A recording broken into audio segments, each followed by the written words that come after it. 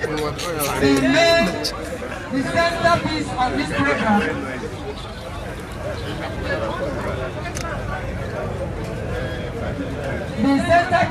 this program and that is Ewaji.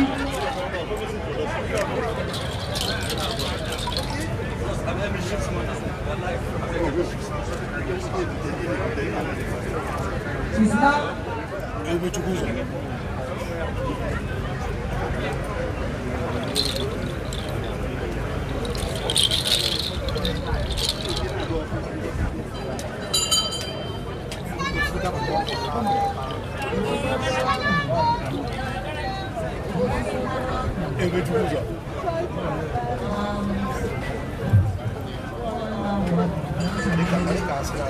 Side